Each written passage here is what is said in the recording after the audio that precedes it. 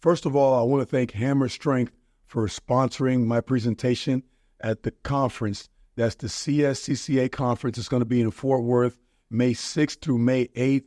And again, I want to remind all high school coaches in the area to make the quick drive, get down there, let's continue the education, and let's make sure we're empowering each other.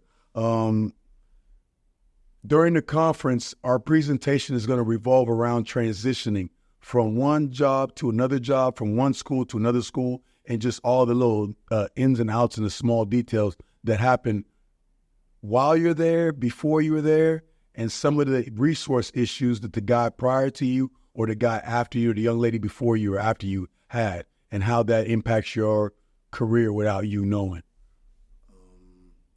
The first person that I ran into or I followed was Big John Williams, who's currently the director of football performance at East Carolina right now.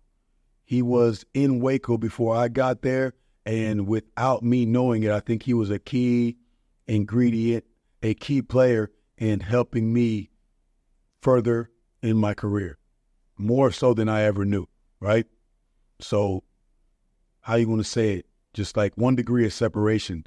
He knew so many people that I would end up looking up to. He knew so many people that transformed strength and conditioning without me knowing. So I'm going to get into some of the clips that he sent to help us out. So when I got the job at Baylor, it was my first head strength coach and director position. First 30 days, basically all I was doing is evaluating my staff, evaluating the facilities, and evaluate resources available through the university for the Department of Strength and Conditioning. I was the director of strength and conditioning for all sports and the head strength coach for football. But the unique thing was I touched all sports because at the time we only had one assistant, who was Sean McPherson. Around 2003 was my first academics year there.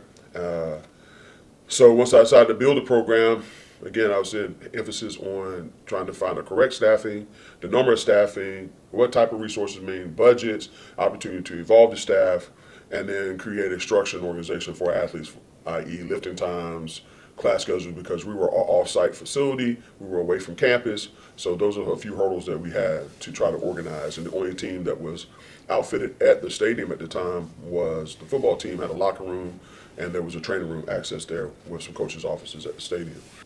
Also, simultaneously, staff was increasing. Had another full-time, had another GA, and so we were, evolving a lot of things. The resources were coming in. We had to solicit a lot of resources to get the equipment and things we need, organize a room necessary for us to accommodate our lifting instruction and style, but everything is student-focused. So as long as the kids were benefiting, we would continue to move forward. Eventually, the staff grew into more full-time, so I had now 3 full-times and 2 GAs, which was really good in my full-time. So we're at Tannenberg, Torrey Beckton, Danny Capps, and again, my main man, Sean McPherson, stayed there from the day one guys, plus 2 GAs. So as the staff grew, we divvied up teams, our approaches were able to diversify.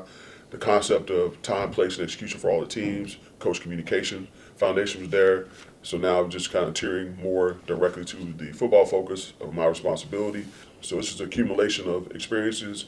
Had the opportunity, to have one-on-ones with Coach Dungy for a lot of availability concepts, and the value of the best ability of the athlete is availability. So that performance concept or training philosophy was called an athlete total performance, but it's probably more well known as the functional training method, which evolved into later a more trendy model called the FMF system. So I had the opportunity to hit that from the ground zero as it built and evolved.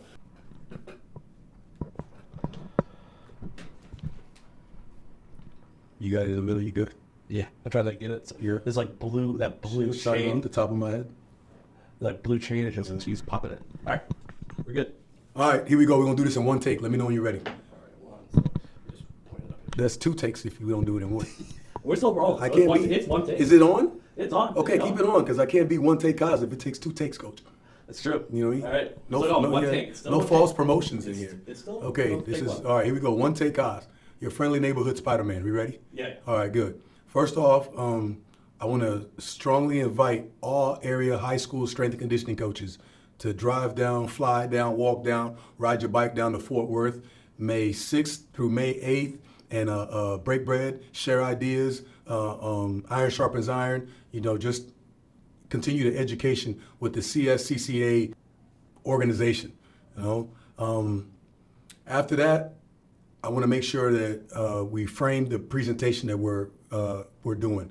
The presentation is about transitioning from one university to another, or from one job to another, and what to expect when you get to the job, and how not to make early mistakes when you get there. So we'll go over, 30-day transition, 60-day transition, 90-day transition. One of the guys that we followed was Matt Shadid at Arkansas State, and I think that was 2017 is when I got there, when he was leaving out 2016. And I think he's one of the most underappreciated strength conditioning coaches in the nation. High energy guy, does a great job with his staff, does a great job with buy-in with the team, great job sports psychology. He's just a high energy, great strength coach. So we've got some information that Matt shared with us that'll be in our presentation. And I beg guys that are serious about this industry to pay attention to what Coach Shadid's got to say. All right, take it easy, enjoy. Talk about all the time. I call these separation qualities. Number one is communication. Communication. We always come back to it. And you have to be willing to do it. You have to do it up front, you have to do it honestly, and you have to do it with all the information. And then people will be willing to help you. It's a great skill to learn in life. I think those things start in the weight room. Number two, accept responsibility. Again, as I was going through this, thinking back on themes and pieces that we use and talk about over and over and over again. Don't be one of these finger pointers, man. Society, and we got too many people that just expect somebody else to do it, or say they'll figure it out, or that wasn't on me, or I wasn't supposed to do that, or I didn't know. And just accept responsibility, man. Like, take the hand to the chest right here. Point the thumb at yourself. Own it. Be mature. Take it like a man. Correct your mistake and move forward. I think that's big. Consistency. One of my favorite pieces. I would accredit a large majority of any success that I've had in my career professionally to consistency. If you'll choose to try to be the best version of yourself every day, man, you're going to create some opportunities for yourself. It can be your greatest asset or your worst enemy. And consistency, which is really another way of just saying, like, discipline, right? Or the act of being disciplined. Consistency is huge for our guys and for our staff. And then lastly, do more. I used to call this go above and beyond, but I like do more. It's simple. It's got a little bit more punch. So oftentimes we think that if we just check the box and get the job done, that's enough. And unfortunately, that's not the case. One of my favorite quotes is, your success in life is directly related to what you do after you do what you're supposed to do. And again, it speaks volumes. Like, everybody can do the bare minimum. Everybody can check the box. But what you get in this life, your success is going to be related to what you do after you do all the bare minimums. So, again, those things, just common messages, big threads, I think very important things to talk about with our young guys. Now, lastly, kind of the finale here. Obviously, the most important part of this presentation, and again, I can't say how grateful I am to have Coach Kaz reach out and want me to be a part of this, but the experience that we shared in transition at Arkansas State. I left in May 2017, right after our winter off-season block, to go to Baylor women's basketball, and Coach Kazadi came in right behind me. He followed me up, and I knew he was interviewing, and I knew he was a part of the process, and he had reached out to me before things got finalized, and we got on the phone and just chopped it up, got to know each other a little bit, probably spent 45, 50 minutes just talking about all things life, not much job. And then after that, was privileged to spend, probably 2 hours on two separate occasions, man-to-man, face-to-face, just going through anything and everything, left, right, up, down, sideways, all things Arkansas State, all things Blake Anderson, all things culture, environment, of the way that we were walking out, and then also getting to know him and what he was expecting and how he may be prepared to adjust in certain situations or with certain people, just trying to give him the full haul, the 411 on Jonesboro, Arkansas State football, and head coach Blake Anderson and his staff. Very valuable experience. It was the first time I'd ever been able to be a part of a transition like that. And I would like to think that anytime it's offered up to me, like it was from Coach Kazadi, I would be overly eager to participate and help the next guy come in, because here's the deal. At the end of the day, it's all about the kids. Everything we do is about the kids, the student athletes. We're support staff members. We're here to serve humbly and graciously. And if we're not preparing the next guy for success or giving him the details that he needs to be great, we're selling our kids short. And if that's really what you're about, you're doing them a disservice. So I think that was such a valuable experience. You know, a few things that really stood out in those conversations. Number one, we talked about, hey, what hurdles and resources or resource limitations will you have in this job? And, you know, honestly, there weren't a lot. We were back-to-back Sun Belt Conference champions. We had been able to do a lot with a little, relatively, in that league, in that time, in that 14 to 17 range. You know, the weight room wasn't overly big. The equipment was a little bit outdated, but you had exactly what you needed. There wasn't a ton of money flowing through the program, but there was enough for us to have snack stations and PB&Js and chocolate milks and things of that sort. So just making him aware of what that was and how he needed to be prepared to come into that and maybe adjust a little bit based off of his prior experiences. So, you know, sharing those things and making sure he was up to speed on that. We also talked a lot about my staff or my former staff that he was taking over that was now going to be his staff. I think that was huge, and just going through coach by coach, talking about strengths and weaknesses, who covered what, who was good at this, who struggled where. Really wanted to give him great information and insight so that he could have good carryover, be able to maybe reach those people a little bit quicker as trust and respect was built between them individually, but having a good idea of what they were going to be able to do. I was very excited about the prospect of him being able to come in and impact them differently than I could have ever, just based off of prior experiences, and knowing that I felt like we had a staff that was well equipped and was going to be able to hit the ground running and say, hey, listen, we're here for you. We're ready to work. We're able to communicate, and we want to learn new things. And so let's go to work. And, you know, obviously upon revisiting and reviewing some of those things as he got settled in, you know, I know he would speak to that as well, that there was some great success there with having those people roll in and take over and really kind of adapt to that new system. So I think all those things as it relates to the transition are huge. And, you know, really just like I said earlier, what an honor to be a part of something like that. I think that's the system, that's the method, that's the blueprint, that's how it's supposed to go down. Anything and everything we can do to set it up to benefit our kids, our young people, our student athletes. Okay, you ready? Camera roll. Rev, are you cold? Okay, Rev, are you ready? Sure. I think he is. Rev, why's your shirt on? I got a long you got shirt. on short sleeves. Do you have a shirt with a cutoff on? No. Just bust it out. Yeah, man, you shouldn't have this shirt on. Man. All right, here we go. Instead of me doing the intros every week and you guys looking at my pretty face every week and probably getting tired of it, I figured we go ahead and just include the staff on it. I want to say it again, the conference is May 6th to May 8th in Fort Worth. Want to give a big shout out to Hammer Strength for sponsoring the presentation.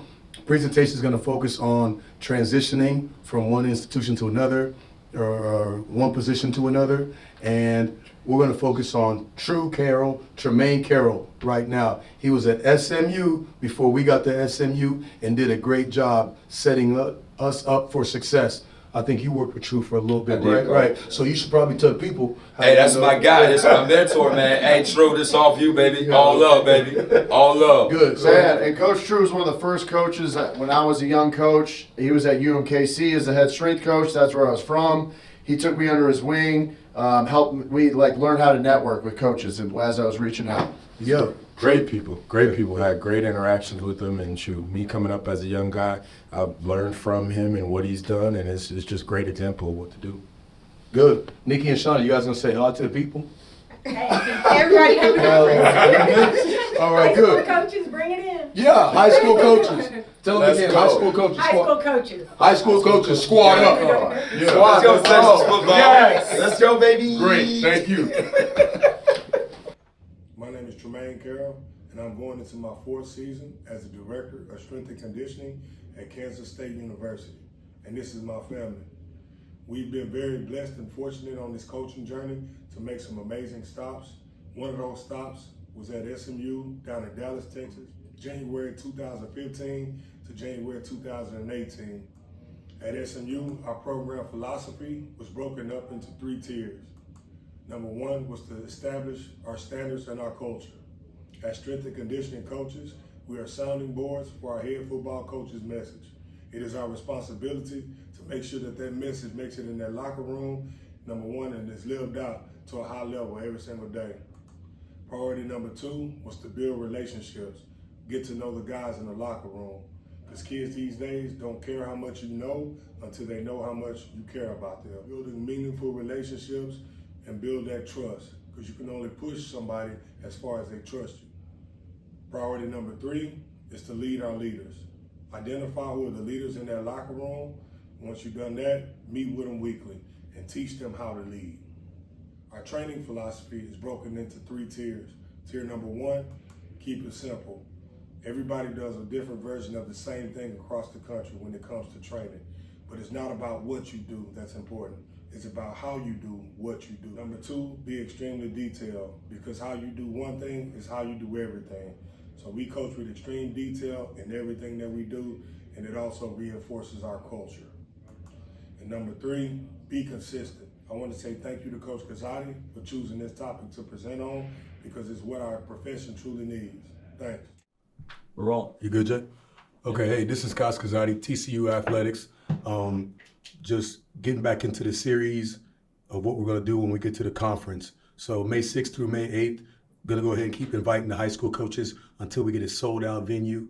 Texas high school coaches strongly inviting you to come out to the conference and sit down and share ideas in iron sharpens iron type of environment. Hey, you know what? Ladies, calling you guys out too. There's a lot of female sports out there. We watched women's basketball and just what they did for TV ratings and everything that's going on in women's basketball, asking you guys to come out, and all the women's athletics and all the women's strength coaches that come out, Olympic sport coaches come out. Hammer Strength, want to thank you for sponsoring the presentation from the TCU staff and always continuing to support the CSCCa National Conference. Okay, so let's jump into the presentation, and I want to make sure I frame it correctly. It's about transitioning from one institution to the next institution, and a friend of mine brought up a really great point. You can transition within the institution that you're at. So transitioning, and then the coach that's leaving out and you're coming in and creating a mutually, I don't even know how to say it, mutually beneficial environment to exchange ideas and talk about how to continue to support the student athlete, because that's why we're here. That's why we're in this industry. And this next series or this next episode is really personal. It's about Don Sommer, who was at TCU before I got to TCU. Don had been here for over 20 some odd years. You know, he had been at TCU through probably 4 or 5 different conferences, whether it was the WAC and moving on all the way up to the Big 12.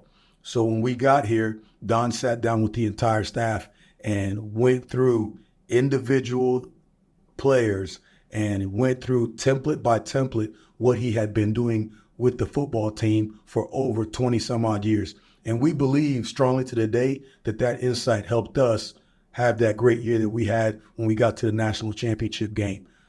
It was because of how much he bled for his program and how much he believed in his program that we were able to go ahead and capitalize off of the investment that he had here for over 20 years. So much love and respect to those people that worked that entire time. And let's get into his clip and what he's got to say. Appreciate you guys. I mean, sets and reps and exercises, and he never messed with me about that. I mean, it was first year we were there, he's like, all right, what do you want to do for conditioning tests? I said, I don't want one. He looks at me and goes, why? I said, all right, coach, you telling me I'm going to have all these kids all summer. He goes, you don't understand. This is the Texas heat. I said, I grew up in this. I got you. Because while we're playing Nebraska in the Pigs King Classic, I said, they'll be ready to go. Because while we had, 25 to 30 kids, that had to have an IV that first day, I said, Coach, we're going to run it 1, 3, and 5. And we're going to get acclimated. I asked him this. I said, would you rather buy a car in a lump sum? Or would you rather do it in installments? He said, here's what we're talking about. I said, Coach, if we go out there at 1, 3, and 5 from May until August, those kids at 108, 110, that's not going to be a big deal. So he didn't say anything. It's okay. So the first day, 2 days, I actually kind of threw it on the table. I said, we'll have less than 10 kids cramming. He goes, I'll hold you to it. I'm like, please do it. First day, 2 days, we had 6.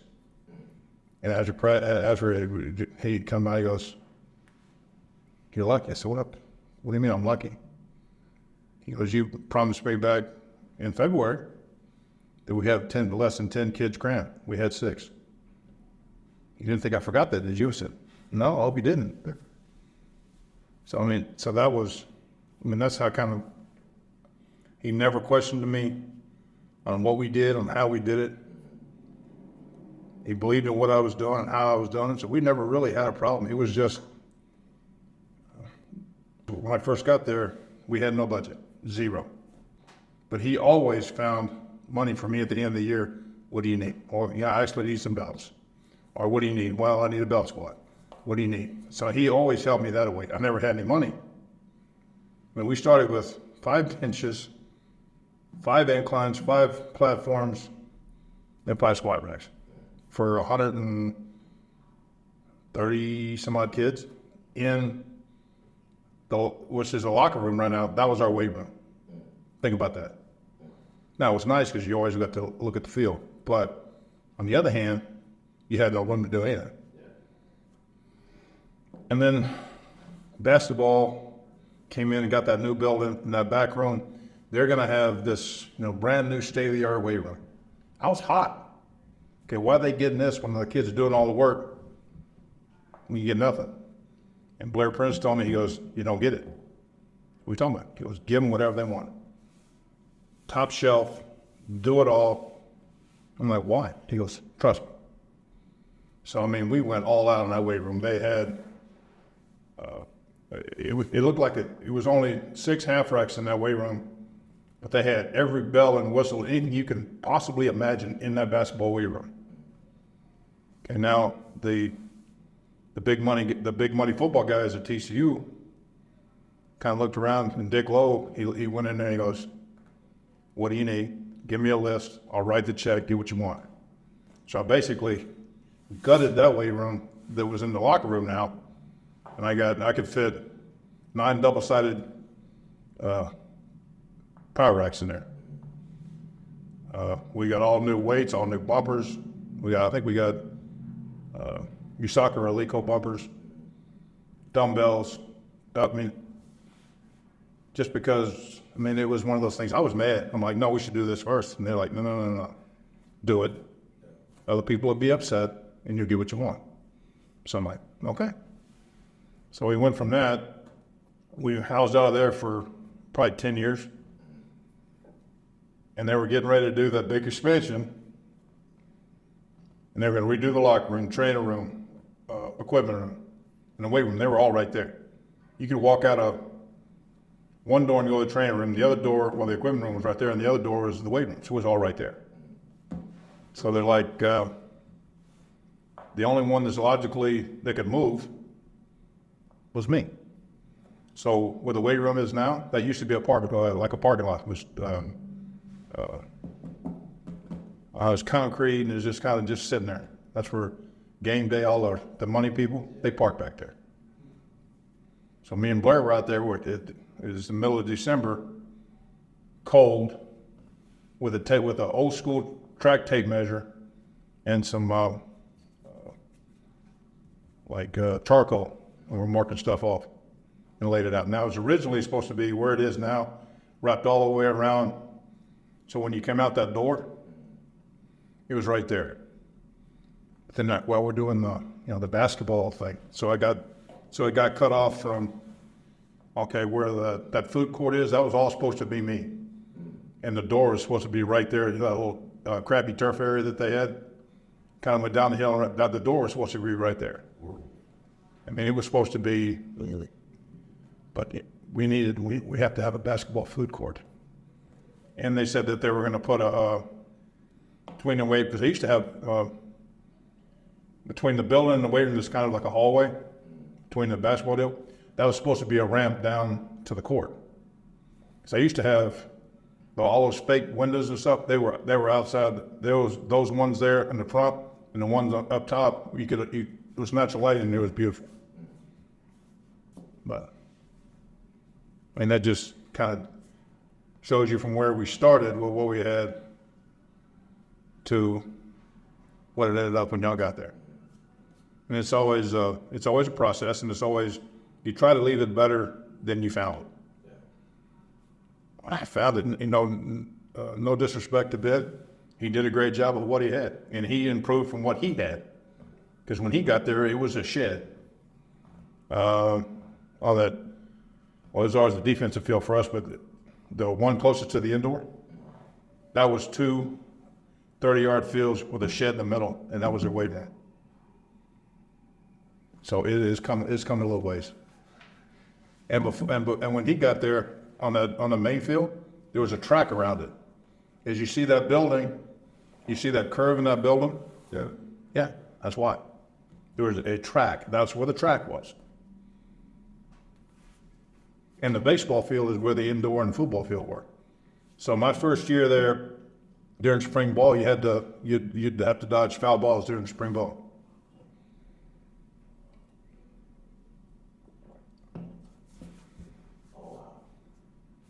So to tell you that it's 100% better than it was when either of us one got there is the truth. Hold on, WAC, Conference USA, Big East for about a hot minute, then the Big 12. Well, the biggest thing with us, we were never going to get those 4 and 5 star kids. You may get one, but we always had to we got those 2 and 3 star kids and made them into 4 or 5 star kids. Because the effort, the biggest thing was effort. They always played with a chip on their shoulder. Hey, you didn't want me, fine. I'm going to beat your ass and we'll go on from there. I mean, we had to cultivate that attitude that we develop people. We physically, our biggest thing was we were physically going to beat you up. So in the 3rd and the 4th quarter, you quit, you laid over, you rolled. And if you look at the record, most of the time in the Mountain West, that's exactly what happened. And it is what happened when we got to Conference USA too. So they got left out of the Big 12 originally. They got thrown to the Wolves. Okay, that's fine. Well, because I was at the University of Missouri before that. I mean, we had most of the things you needed, but you get here, okay, now you're either going to feel sorry for yourself or you're going to get mad, step up, and let's go. I would rather prove you wrong than prove you right. It's all about attitude. Attitude and effort. Those are the 2 things that those kids control every day. If you don't get a hold of that and let them whine around or think that they're better than they are, it's not going to be successful, in my opinion. It all revolves around a push, a pull, a hinge, a squat, a single leg, and a core. Whether you do it, how you do it, I do it. If you look at everybody's program, you can almost pick that out of everybody's program. It's the interpersonal relationship that you have with those kids. You know, at one time I could have told them, okay, we're going to go over in the corner, stand on the bowstring ball and stuck our thumb in our ass with one leg up, and they said, all right, coach, then it wouldn't have mattered. You think I'm joking? I'm not. I mean, that first offseason, those kids were fearless when you got them, were they not? They didn't give a shit. Don't care. This was the expectation. And it also worked over time. First year I was there, I started with just a straight linear, and we were doing 3 sets of 10. Okay, they didn't want to go any heavier than 2 plays. I'm like, oh no, bullshit. So, and I jumped in there with them. We went 1 play, 2 play. That was our warm up. We went 3, 4, and 5. And they're looking at me like, I'm like, this is the expectation. And after I set that expectation, and what's the biggest? Oh, I would rather you fail in the weight room than fail out in front of 65, 70,000 people, 100,000 people. But if you never give them that expectation, they're never going to know. Well, I don't know if I can do that. Why? If I think you can, why don't you think you can? My old ass can do it. You should be able to. You're a lot younger. You're a lot stronger than I am. Let's go. Who cares? Oh, you failed. Ooh. So? You're not always going to have a great day. Some days it's going to be terrible. You know, failed a test, didn't get any sleep, Girlfriend told me I was pregnant. She was pregnant. You know, okay, right. It ended up being mother, father, priest, psychologist. I mean, they were in and out of my office. All stuff that I most of the time didn't want to know, but they kept confident enough in me to tell me, Coach, I got a problem. I need, gotcha. And they could get it off their chest, but they also know anytime we were going, I had their back and they had mine. And it didn't matter, and it wasn't like, well, you know, he got my back, I'm not gonna do this today. They knew. You walk in that door, it's game day. Every day. I want everything you have. We can do it your way, and it can be forever, or you do it the right way. I'm gonna get to work. So one day they'd feeling sorry for themselves about something, and we did 10 sets of 10 with a minute rest. Skill guys did 135, middle guys did 185, and the big boys did 225. Okay? And then there'd be hey, you only got 8 reps. That one don't count. I think we ended up doing 14 sets. They got the idea. You do it right, do it light, do it wrong, do it wrong. I'm gonna get to work. We're gonna get it all done. This is, now, how you wanna get it done is one thing. You can either just drop your sack, get after it, and let's go, or I can get it out of you. Because at the end of the day, we're gonna get the work done. So that was a learning lesson for them. And the baseball field is where the indoor and football field were. So my first year there, during spring ball, you'd have to dodge foul balls during spring ball.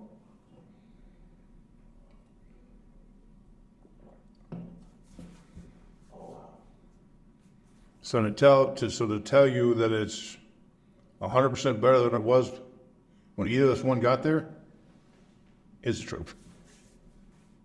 When I first got the job at Mizzou, I'll tell you how that happened. 2 days before camp started in 97, 98, our defensive line coach was out running, had a massive heart attack, died on the street. So now Coach Smith comes in to Dave Tobe, who's the special teams coordinator with the Chiefs, who was the head strength coach at Mizzou, goes into Dave, he goes, Dave, I need a D-line coach. Dave's like, I'm in. The same, he looked over at me, he goes, I need a strength coach. He goes, Coach, I'm in. That's how I got to be a head strength coach. Unfortunately for somebody passing away, but yeah. And the day-to-day operation things, I could do it like that. What he forgot to tell me was the relationship you have to have with the administrators, the relationship you have to have with the other sport coaches, because I was in charge of everything. So I had 22 sports, men and women, that I didn't have to deal with all those people, but at the end of the day, I was the one responsible for it. So, I mean, and the biggest thing is interpersonal relationships, either with the kids. If the kids don't trust you, they're not going to do it. They're not going to do anything. You ain't going to get it out. If they know that you care about it, it's not just about, hey, you had, 3,000 yards this year. It's about, how's your mama doing? Or, everything okay at home? Or how'd you do on your big psychological test or whatever? And administrators are the same way. I never really embraced that. They were always the one telling me no. I was always trying to find a workaround to be able to, get what I needed. And Pat Ivy was a huge help with that, because he helped me navigate on that side. The sport coaches were fine. You talk to them and said, we're going to do it, and we're not going to treat these kids any different than I would a football kid. And a lot of times when I was at TCU, I was out there with the track kids or the beach volleyball kids or women's basketball, take your pick, or men's basketball. They're seeing my face as the coach is seeing my face, not overstepping, because I had qualified people to do those things. I'm sitting there as an extra set of hands, or, hey, you need this set up, or, They're testing. Let me help you here. Almost like an assistant. Somebody told me a long time ago, if you always work like a GA, you'll never not have a job. I mean, just because you're an assistant or you're the head coach does not mean that I can sit back, everybody else does a job. Because at the end of the day, your name is on there. That's your product. So if you're not going to be fully invested in your product, why should they be invested in you? Almost the student becomes a teacher, Pat Ivy. I mean, he played for me. He was a GA. He was a volunteer, beating back and forth in the NFL. And he comes back, and I was taking him everywhere, and they're like, well, why are you taking the guy that you're not paying? I said, he's the only one I trust. He's the one that's going to get the job done. And from there, he became a full-time. Almost that January, he became full-time. The biggest thing for me, you got to be able to trust people to work with. No, and we can sit here, like I said, we have the program laid out all over the deal. You can have your opinion, that's fine. I would rather have people that are smarter than me. So I'm trying to learn every day. It's not like, oh, I know everything. No, I don't. There's a whole lot of things I don't know about. But if I'm not learning, I'm not getting better. So I want people that are smarter than me. I want people that I can trust. Okay, say you don't know something, but you're rock solid and you'll do whatever, and I trust you, I can help you with that. If I can't trust you, I don't need you. Mad Dog has always been a sounding board. And when he's at Texas, Tommy Moffitt, I got a lot of injury prevention things from him. Jimmy Radcliffe. I mean, take your pick. Whether you want to or not, it's a small community. And everybody's like, well, that's your rival. It's not my rival. That's the school's rival. That's the kid's rival. I'm trying to learn from these people. If they're doing it better than I am, I want to know, okay, how did you kick my ass? What's the secret here? And 9 out of 10 times, most people tell you. I said, well, but here again, how I do it and how you do it, we can have the same program and we'll get 2 different outcomes. I can promise you. Standard, just have somebody off the street write us a program, there'll be 2 different outcomes. It always goes back to the interpersonal relationship that you have with the kids, you have with the coaches, you have with the administrators, you have with the other sport coaches. In fact, we're sitting there with coach, we were in a staff meeting, coach goes, got $500,000, we're gonna, get the GPS, and what do you think about that? I said, that's great, coach. I said, we're better served taking that $500,000 and put it in a nutrition stand, which they did, which is the one that's in the weight room, and feed these kids. That's what you're missing. You're not feeding them enough. I mean, you're working on the hydration and the sleep and all that stuff, but you're missing the nutrition part. Feed them. You're not going to run your car down your brand new 2024 Lamborghini all tricked out with a half a tank of regular gas, are you? Or no gas? No. You need to fuel them up so they can perform for you, which y'all have done a great job, and kudos to you because I could never get that done. And it was and I built upon the foundation that was laid before me. And Ben worked on the one that was there before him. Yes, sir. I mean, it's not about, okay, I got retired, fired, whatever you're going to say. That's part of the business. I mean, if I was lucky enough to be in one place for 21 years, it's usually about 3 to 5. They move on. Either you move on because it's a better opportunity, or you move on because you didn't get the job done. There are no opportunities. Why? It makes no sense. That's just something that it's going to burn you up and you're not going to move forward, so why? That'll be tasted. Now, the very first time it happens, it's hard to take. But as you get older, it's a business. At the end of the day, it's not personal. It's a business. It is. Excuse me. and you're trying to make a living off of 18 to 22-year-old kids. Because that's a volatile group right there just in itself. Okay, 99% of the time they don't eat right, they don't hydrate, they don't sleep. So I mean, it's like you're playing with fire all the time. Now, if you catch lightning in a bottle like y'all did 2 years ago, absolutely, there you go. But yeah, it is what it is. But the other thing that I think the CSCCa is finally that they're gonna have a deal with just like we can sit there and talk to older people, because you go to the conference and either, no, hi, how are you, but just sit down and ask questions. I'm an open book. You need some help, you need to call me. Oh, what was this like? What was that like? That's fine. That's why I'm here. If I can't pay it forward to the next generation and make our profession better, I'm wasting my time. I mean, first of all, it's about the kids. You didn't get into this, or you shouldn't have got into this for money. Now, there's a few of them that get paid. Good for them, because it's been a long time coming. But the majority of people, that ain't what it is. You gotta be that's gotta be a passion. In 21 years, I never went to work. I enjoyed every morning getting up, going to work, coming home 7:30. Both of my kids grew up in the weight room. One's a strength coach at North Texas, and the other one's a physical therapist. So, I mean, that was, during recruiting, I tell the mamas all the time, I have 135 kids here, and I got 2 at home. And I'm gonna treat your kid just like I treat my kids. We'll pat them on the back when they do a great job. I'm gonna kick them square in the butt when they're not. And 99% of the mamas like that's exactly what he needs. Somebody to be honest with him, tell him the truth. I'm not gonna lie to you.